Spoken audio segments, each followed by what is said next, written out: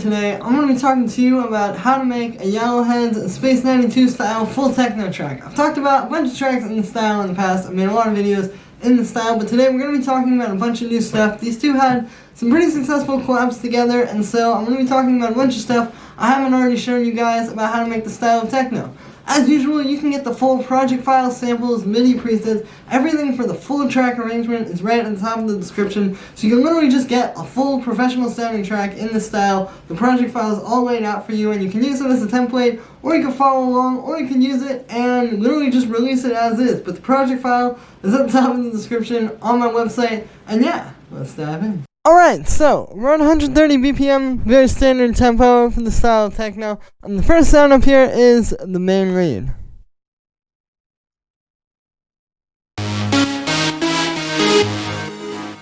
So I'll talk about the MIDI here first. This is the melody it plays throughout the track, and it's actually pretty simple because we're in the key of G sharp minor. So if you look here, what we're using is we're using the root note, the fourth, the fifth, the sixth, another fifth, and then the root note again.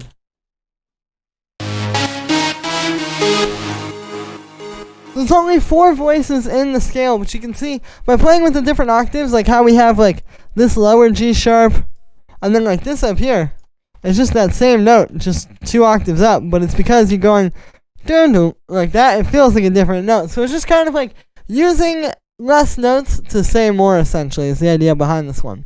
And it's made with 2 layers, so we have this layer,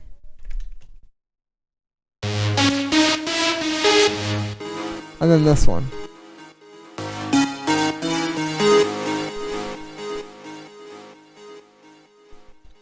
And yeah, so the first one is made with wavetable. They're both made with wavetable, but the first one is made with this wavetable patch, where you can see it's a saw wave, and then we have, in the matrix here, you can see I've got that envelope on the filter, and then we're using this noise unison, which I really like. That, you know, it's a good way to give your lead a little bit more character, kind of gives it a more interesting unison than just that standard like super saw style sound. And then we just have some reverb, and I have a little bit of this amp on here. You can see the dry wet, I've also got it on the dual setting, but the dry wet is only at 16%, so here's without it. And then with it, you can hear by blending it like that, it just adds this nice crunchy layer over top, but it's not messing the sound up. It's just going to be another layer to make it sound more full.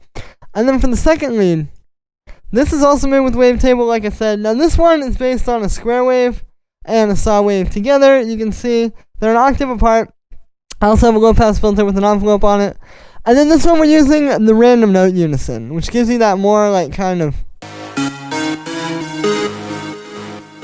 juicy sounding sort of unison. And yeah, and then I just have a bit of echo and some reverb on that one, a high pass filter, and this low pass filter which automates throughout the track, and then I also have this EQ8 on here which comes in this part, just to make the lead a little bit less in your face, so you're not getting those like full like frequencies just yet until we get to here. And then on the group here, we just have a bit of echo, which yeah, you can hear that.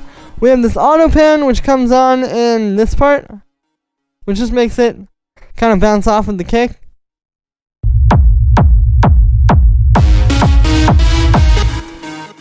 And then we just have a bit of EQ just boosting the highs there. And then we have the break bass.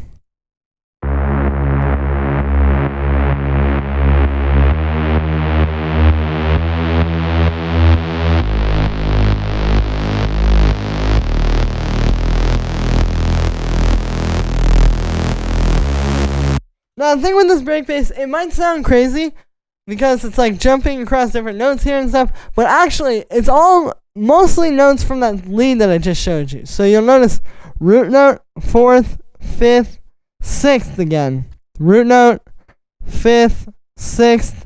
Now here we do use the minor 7th as well, but it's mostly just notes that we were already hearing in that lead. So again, you can do a lot with a very few amount of notes. It's just about like really knowing how to use them and really listening to it too. Like, you know, put in a note and just sit there and listen to how it changes, like how it's gonna go. and just play around with different things until you get the feel that you want. And then over here, obviously, it just plays that one low note while it's kind of coming in. And then for the sound on this one, this is made with 2 layers. So this is actually kind of a sound I've shown you guys before, where it's this respace, where one layer is just like a ton of unison, it's just a saw wave, super juicy, and then one layer is just a really straightforward saw wave. And when you combine these together, you get this very full sound, right? Because you get the chorusy saw wave, but then you also get the definition and fullness from that, like, just more flat saw wave. And then that's going through this auto pan to just kind of give it a more, like, rhythmic feel. And this utility here, which just brings it in, kind of volume-wise there. A low-pass filter, which is automating to bring it in and out. And then we also just have a high-pass filter here, which brings it in. One thing I've learned is that if you do, like in the intro here, like have that just kind of fade, it's going to make it a lot smoother. Like if you just drop this in without this, that low end is going to be a bit jarring, especially on the dance floor. So just having this like fade in with the high-pass filter is usually going to be the best. And then finally, I just have this EQ, which is cutting out some low frequencies below 30 hertz. It's stuff that you wouldn't really hear, but it can mess up your mix, and it can kind of add a lot of muddiness, so we just cut that out. Then I have the ARP.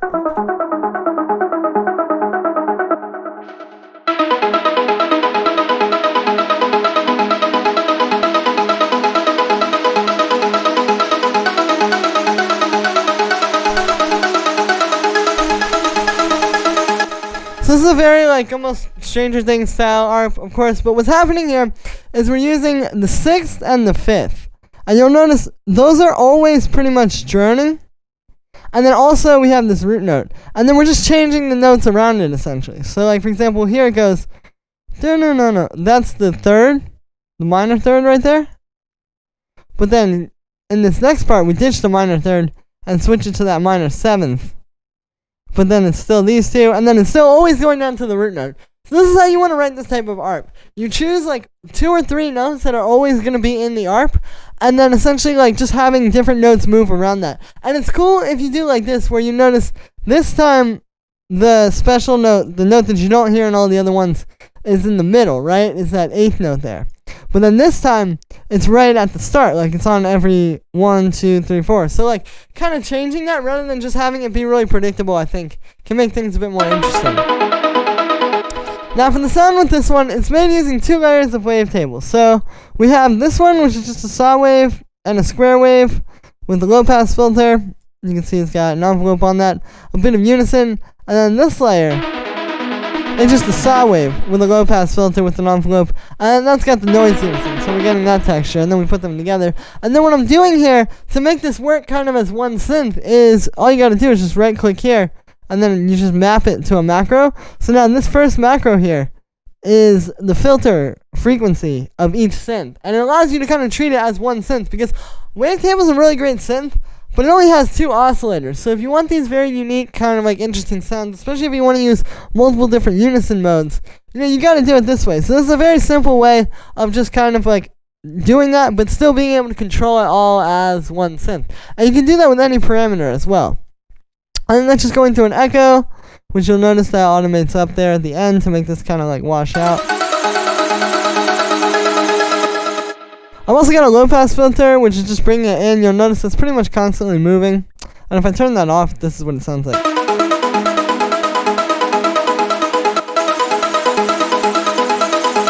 So yeah, it just kind of helps bring that in. I've got a high-pass filter. And then finally this auto pan, which is just cutting so that it's going to sound like it's bouncing off the kick like that. And then the next thing we have here is the kick. So the kick is made up of a few different layers here. You can see it's actually 4. So the first one is just going to be the punch of the kick, just the main. This is one of my kicks that I made, which if you want a tutorial on how to make these kind of kicks from scratch, let me know, and I will definitely do that. But then we have this like kind of more quickie layer. So we go from this to this, you can hear it adds a lot of punch on there. And then we also have another quick layer.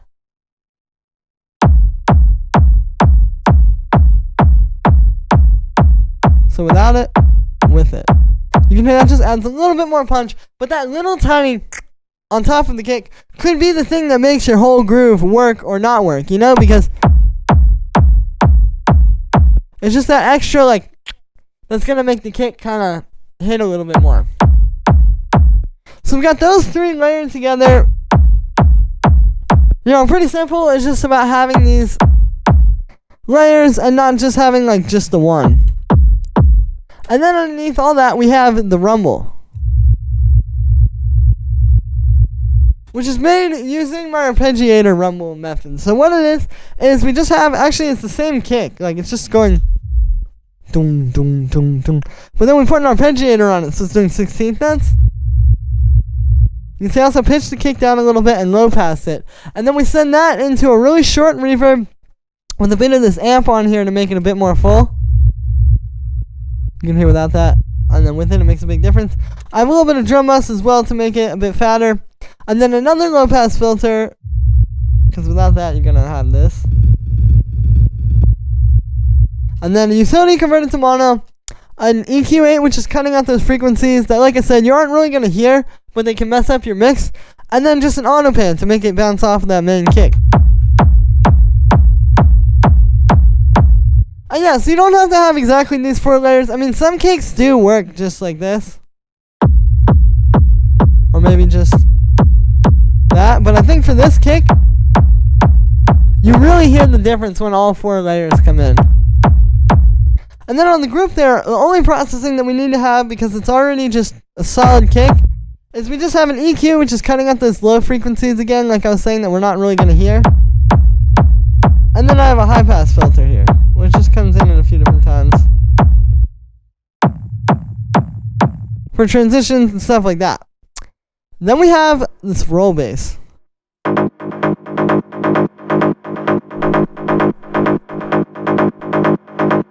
So obviously we have our main bass with the rumble, but with this style of techno, usually you want to have a few different things happening in the low end. Like you hear, this just grooves really well over top of all that. So it's just this pattern where it's dun dun dun dun dun dun dun dun dun dun.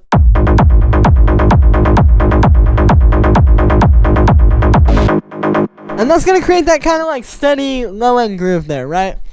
And so the way this is being made is this is a wavetable patch. Pretty much for these style of basses, I think wavetable synthesis is the best. Like if you try to use a saw wave and you're just gonna end up doing too much. Like I think wavetable synthesis really allows you to get the different textures and more interesting sounds that you need for this. So we're using this modern sweep and malice here, which I'm pretty sure are both, okay, one's under the filter tab and one is under the distortion tab right here. And then we also have the sub oscillator in there. And then those are going into a low pass filter, which you can see I have an envelope on the filter, but also on the wavetable positions. And then we got some unison on there. And then I just have a bit of chorus, a bit of echo. I have this limiter here, which might seem a bit unorthodox, but here's without it. And then with it, you can hear it just gives you that extra, like, kind of push that you can't really get. But it's really like a nice texture that's going to make this work a lot better, I think. And yeah, then we have an auto pan, very much the same as the one you saw on the rumble to just make it bounce off of the kick. I have a low pass filter which slowly brings this in a little bit. And then just a bit of reverb, which is being used to actually make this just disappear right here.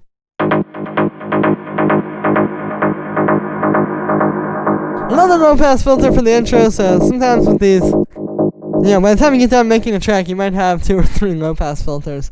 And then finally, I just have a high pass on there, because even though this is a bass, you don't really want this to be in the, like, deep low end, right? Like, this is really just in there over top of the low end. Like, you need to be able to solo this with the rumble, and you can hear each one individually.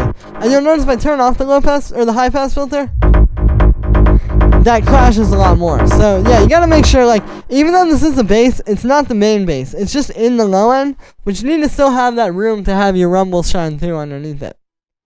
And then we have this break kick, which is just in the break. It's just for that part building up.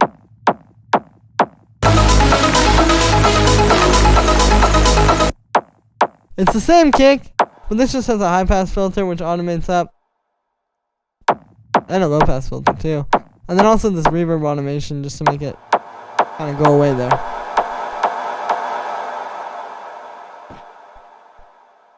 Then we have these three sort of like stab layers, which sound like this.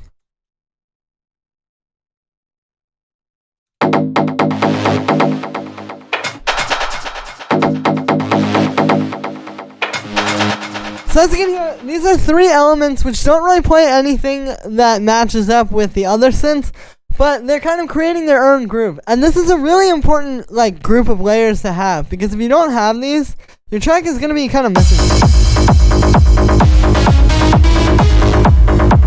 Like, it's just not quite right. There's not enough stuff happening unless you have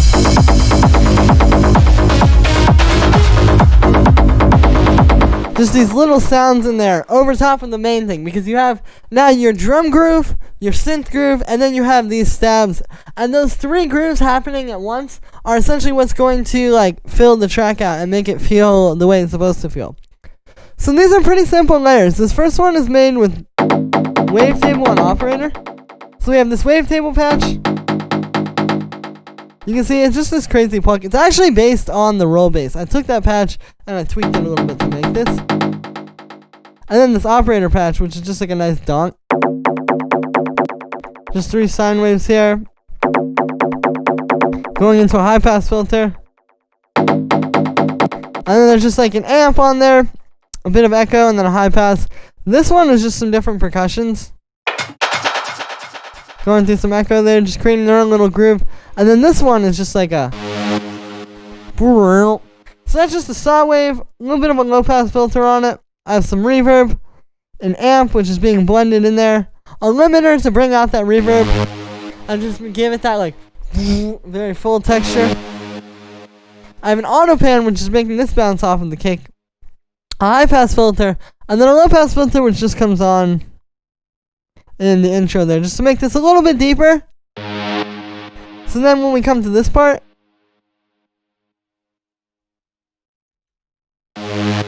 it's that much more powerful.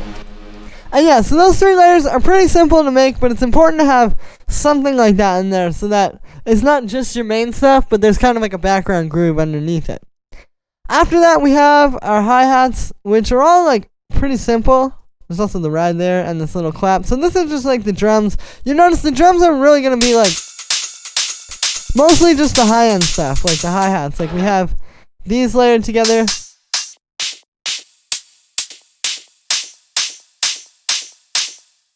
We have these two layered together.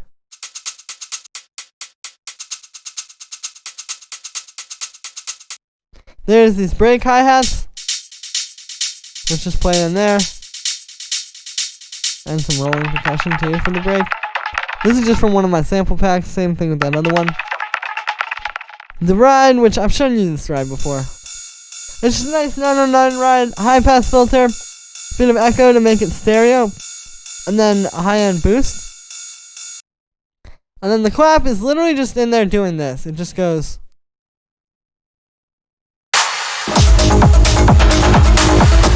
Just that one hit, like at the end of every 8 bars, I'm pretty sure it is. So the drums, again, are going to be pretty simple. The main thing is just knowing, like, not to mess them up, right? Like, we're not using too much saturation, not using too much compression. We're just keeping everything dry and clean. And, like, obviously there's a little bit of reverb here and there, but it's really just more about getting good sounds and layering them together and letting that shine through. Then we have these break atmosphere layers, which sound like this.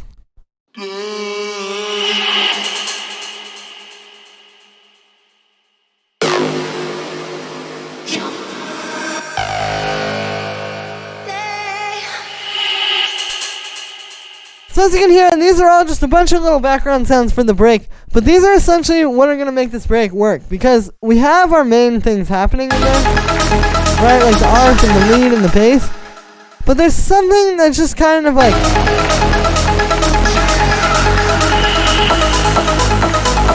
nice about having all those little sounds come in and out there, right? So like just having a few of these, it doesn't have to be any particular amount of them. The way I made this one was I just started actually with this 909 hi-hat, just to, You know, and then you add like little call and response things. Like, then we add like these to go into it.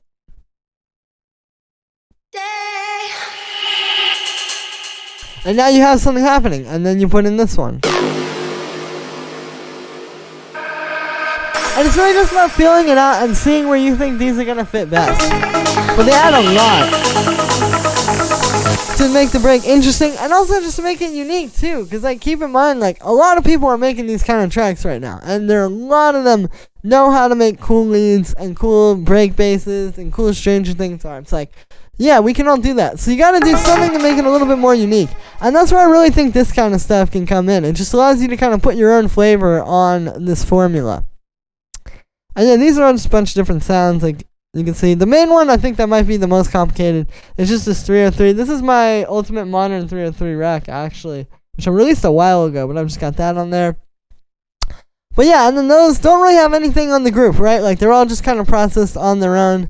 And then other than that, the only other thing down here are just all these little effects. Now, these are just going to be like the little background sweeps.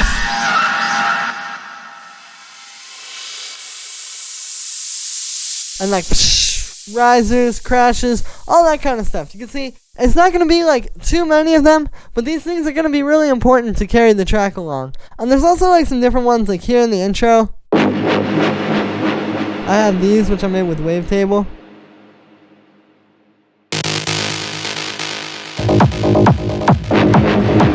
To make the intro a little bit more exciting.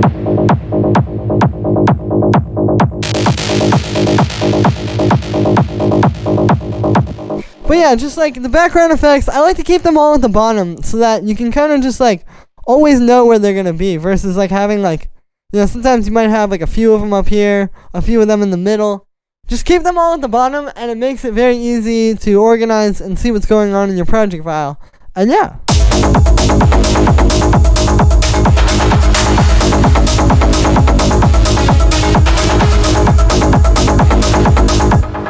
So that was going to be it for this one, guys. I hope you enjoyed. As always, make sure to like this video as well as subscribe, and let me know what you think of this video in the comments. Like I said in the beginning, you can get the full project files, samples, MIDI, presets, everything like that from this video is available at the top of the description. And if you're patient on my Patreon, check there because it's already available. Thank you so much to everybody who goes and picks up this project file. Like I said, you get a really, really solid track that you can go and break down, make your own track out of it, or just use it as a template for the future, or even just use it to follow along with the video and learn from. But yeah, link to that is on the top of the description. It really helps support me. Thank you so much, everybody, and I will see you tomorrow with another video.